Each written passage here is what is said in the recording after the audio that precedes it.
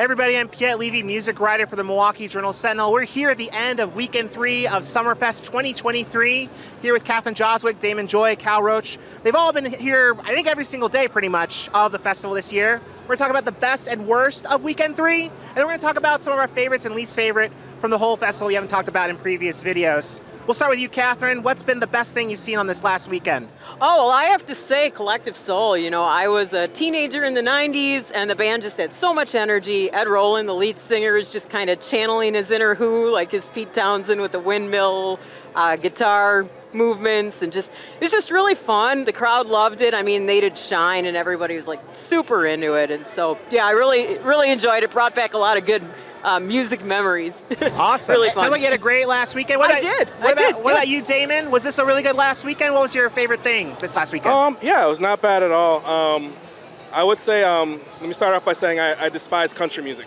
Like, Okay. I'm just going to say that. Okay, But all I right. saw Dylan Scott, and it was actually really good. He had a lot of back and forth with the crowd. He's got a great voice. Not that I'm going to start listening to country, but it's just really, really good, solid music. He stopped and sung Happy Birthday to a girl in the audience, just personal, like back and forth to her.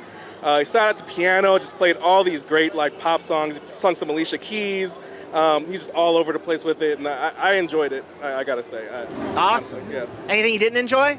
I wouldn't say I didn't not enjoy, but the Pretty Reckless were just kind of, I was just a little bored with it. It wasn't bad.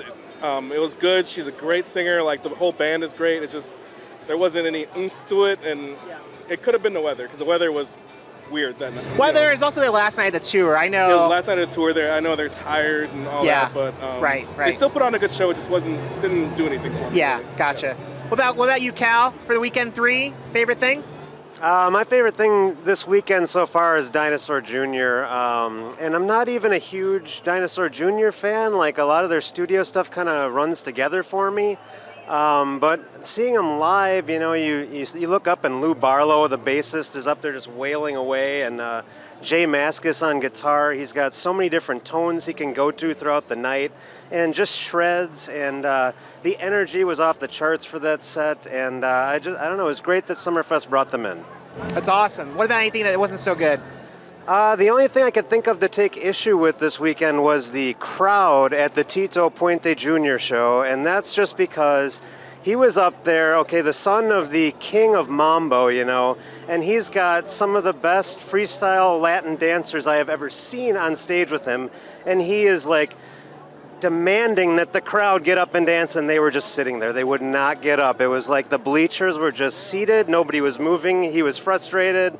But it was still a great show, so I'm glad that he actually came, and I hope people enjoyed that set despite the lack of much movement. But Gotcha. Yeah, I mean, my biggest disappointment for weekend 3 also wasn't a performance, but I was a little frustrated that on Thursday, which Thursdays have generally been pretty low crowds, you had two female-fronted kind of emerging rock acts, Leah Kate and also Horse Girl. They were playing at the exact same time. And it's great that Summerfest had so many female artists, female rockers on that day, but I was kind of bummed that they were at the exact same time on a low attendance kind of afternoon, because I feel like those shows kind of cannibalized each other a little bit, and they each had fewer people there than would have been there otherwise if they had not just like layered those sets a little bit. But the best thing this weekend, and maybe my favorite thing this whole festival, was Zach Bryan at the Amphitheater. That was probably, of all the acts that played Summerfest this year, that was probably the most in-demand act, because when tickets went on sale for Bryan, they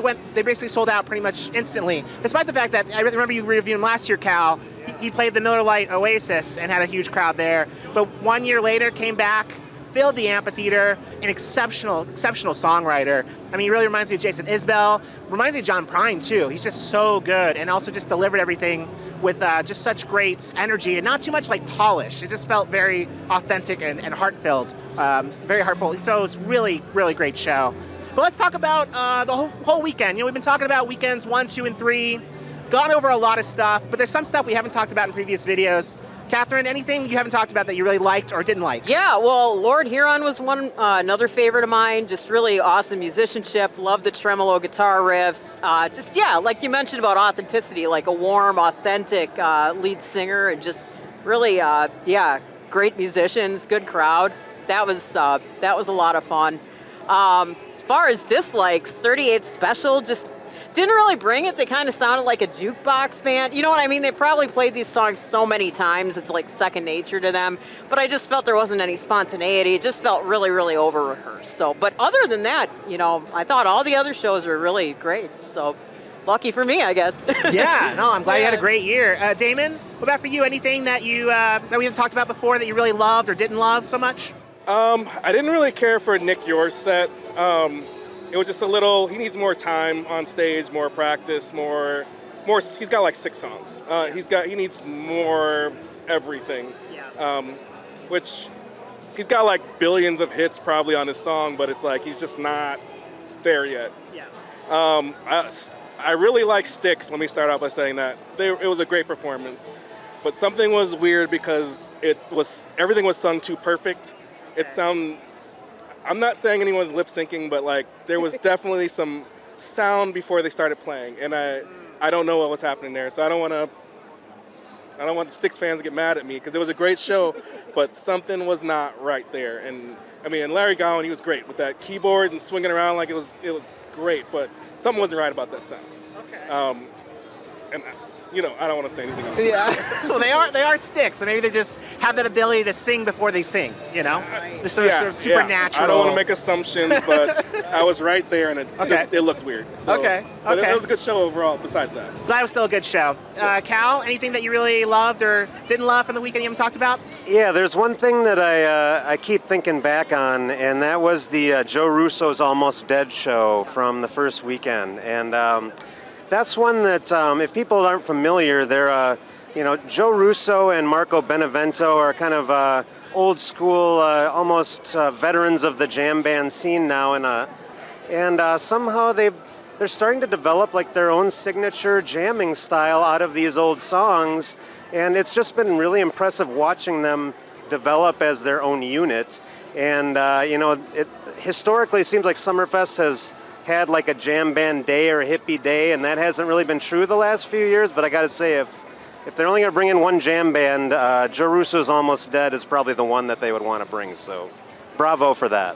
I'll start with the worst thing that I think anyone may have seen, honestly, at Summerfest. I'm guessing, which was Trippie Redd at the American Family Insurance Amphitheater, July 1st. Trippie Redd was 76 minutes late to the show. He took the stage 16 minutes after his set was supposed to end. People were booing and cursing in the crowd. The DJ was like, "Milwaukee, you having fun?" After like 65 minutes, people were like, "No!" Like, it was just so infuriating. His set at Summerfest was terrible. He just seemed like he did not care. He was on stage for 28 minutes after making people wait for 76 minutes. It's just so insulting. I don't know how more fans are not fed up. I don't know why people keep paying to see Trippie Redd when he's being so terrible to his fans, at least in Milwaukee.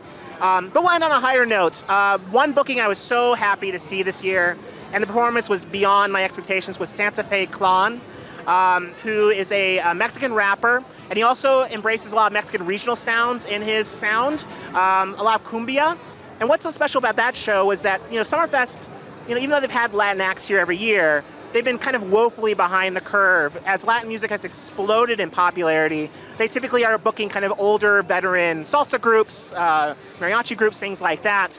And to book an artist like Santa Fe Clan, who is a rising star big time, he's headlining arenas this year for the first time, to have him here at Summerfest on, a free stage, the Miller Lite Oasis, which had a packed crowd, was just really wonderful to see. And I hope it marks the beginning of a new chapter for Summerfest where there's going to have more diversity. It's already one of the most diverse music festivals in the world, but they can always do better, and this was a sign of doing something better. I hope they keep that going.